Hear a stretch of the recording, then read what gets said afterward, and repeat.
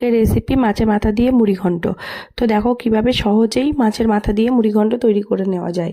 বাজার থেকে সেদিন যখন কাতলা মাছটা নিয়ে আসলো তখন এত বড় মাথা দেখে প্রথমেই ভেবে নিয়েছিলাম যে এটাকে আমি মুড়িঘণ্ট বানাবো। তো ফাইনালি আজকে মুড়িঘণ্ট বানাচ্ছি। তো দেখো আমি এটাকে ভালো করে ধুয়ে পরিষ্কার করে নিয়েছি। আমি ফাইনালি আমি গ্যাসে কড়াইটা বসিয়ে নেবো। আর আজকে আমি একটু বড় কড়া বসিয়েছি কারণ একটু যাতে খোলামেলাভাবে রান্নাটা করতে পারি। যতক্ষণ কড়াটা গরম হচ্ছে ততক্ষণ আমি মাছের নুন হলুদটা চলো মাখিয়ে নিই। ভালো করে মাছগুলোতে নুন হলুদ মাখিয়ে নেব। হলুদ মাখানো কমপ্লিট। তেলটা গরম হয়ে গিয়েছে, এবার আলুগুলো দিয়ে ভালো করে ভেজে নেব। সামান্য পরিমাণে হলুদ দিয়ে আলুগুলোকে লাল লাল করে ভেজে তুলে নেব। এবার মাছগুলিকে এপিট ওপিট উল্টিয়ে ভালো করে দুপাশ থেকে ভেজে নেব।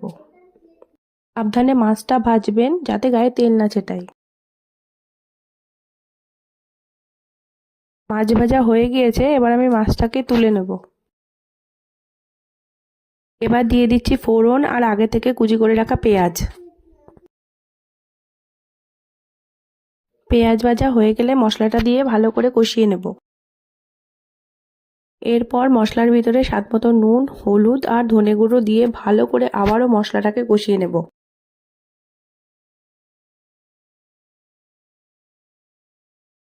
দেব 1 চামচ চিনি। মশলায় তেল ছেড়ে দিলে জল ঝরিয়ে রাখা চালটা দিয়ে ভালো করে মশলা মাখিয়ে চালটাকে একটু ভেজে নেব।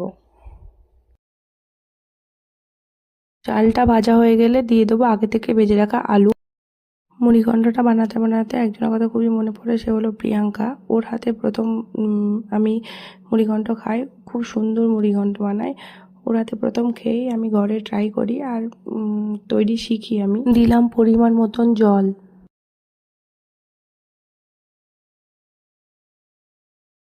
জলের সাথে চালটা মিশিয়ে ভালো করে কুক হতে দেব। ফাইনালি রেডি হয়ে গিয়েছে আমাদের মুড়িঘণ্ট। এবার লাস্টে দিয়ে দেবো 1 চামচ ঘি। আর রেসিপিটা যদি তোমাদের ভালো লাগে তাহলে অবশ্যই লাইক শেয়ার সাবস্ক্রাইব করবেন। আর ভিডিওটা ভালো লাগলে কমেন্ট করতে ভুলবেন না। ওকে, বাই।